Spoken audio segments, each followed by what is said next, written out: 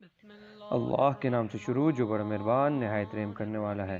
السلام علیکم ورحمۃ اللہ وبرکاتہ۔ ناظرین، آپ دیکھ رہے ہیں اسلامک ورلڈ اور میں ہوں سید ذیشان علی کاظمی۔ آج ہم جس موضوع پر گفتگو کرنے جا رہے ہیں وہ ہے آداب دعا۔ آداب دعا وہ اعمال جن کو انجام دے کر ہم اللہ کی خوشنودی حاصل کر سکتے ہیں۔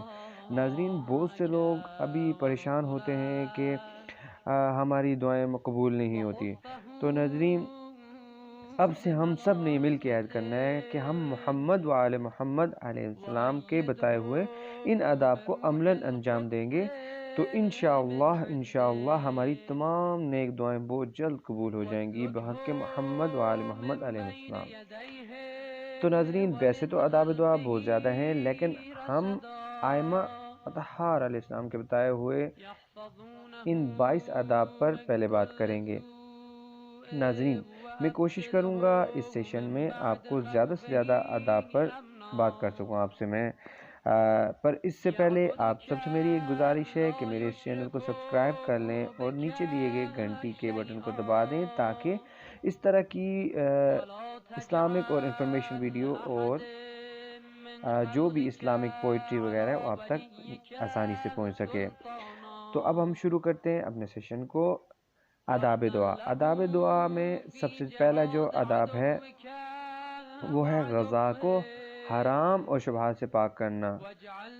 ناظرین، غذا پاک ہوگی تو ہماری عبادتیں خالص ہوں گی۔ جب عبادتیں خالص ہوں گی تو ہی ہماری دعائیں قبول ہوں گی، کیونکہ دعا عبادتوں کی کنجی ہے، یہ احادیث کے فرامین میں ہے۔ تو ہم نے اپنے سب سے پہلے کوشش کرنی ہے کہ ہماری جو غذائیں ہیں وہ پاک ہوں، شبہات سے پاک ہوں، ان میں حرام شامل نہیں ہو۔ سب سے پہلے ہم نے حلال کی طرف توجہ دینی ہے، تو انشاءاللہ اس سے ہماری دعاؤں کی استجابت میں فرق پڑے گا۔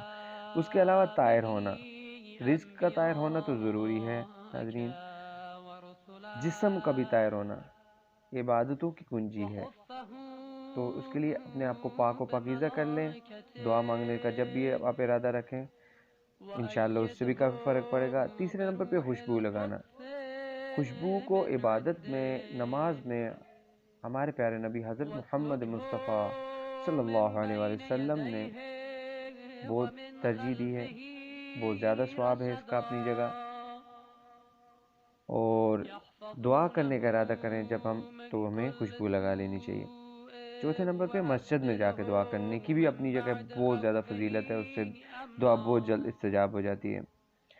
صدقہ دے کے دعا کرنے کی بہت زیادہ فضیلت ہے۔ جب بھی کبھی آپ دعا کرنے کا ارادہ رکھیں نماز کے بعد یا اس سے پہلے آپ صدقہ دے دیں، اور جب کبھی بھی آپ گھر سے باہر نکلیں کسی بھی کام کے لیے تو کچھ صدقہ دے دیا کریں، تو آپ تمام جو پریشانیاں مشکلات ہیں انشاءاللہ محمد و آل محمد کے صدقے اس سے بچے رہیں گے۔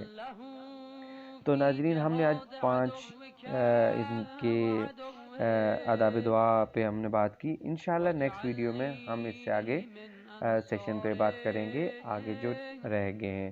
تو آپ سب سے اجازت چاہوں گا، انشاءاللہ ملتے ہیں نیکسٹ ویڈیو میں۔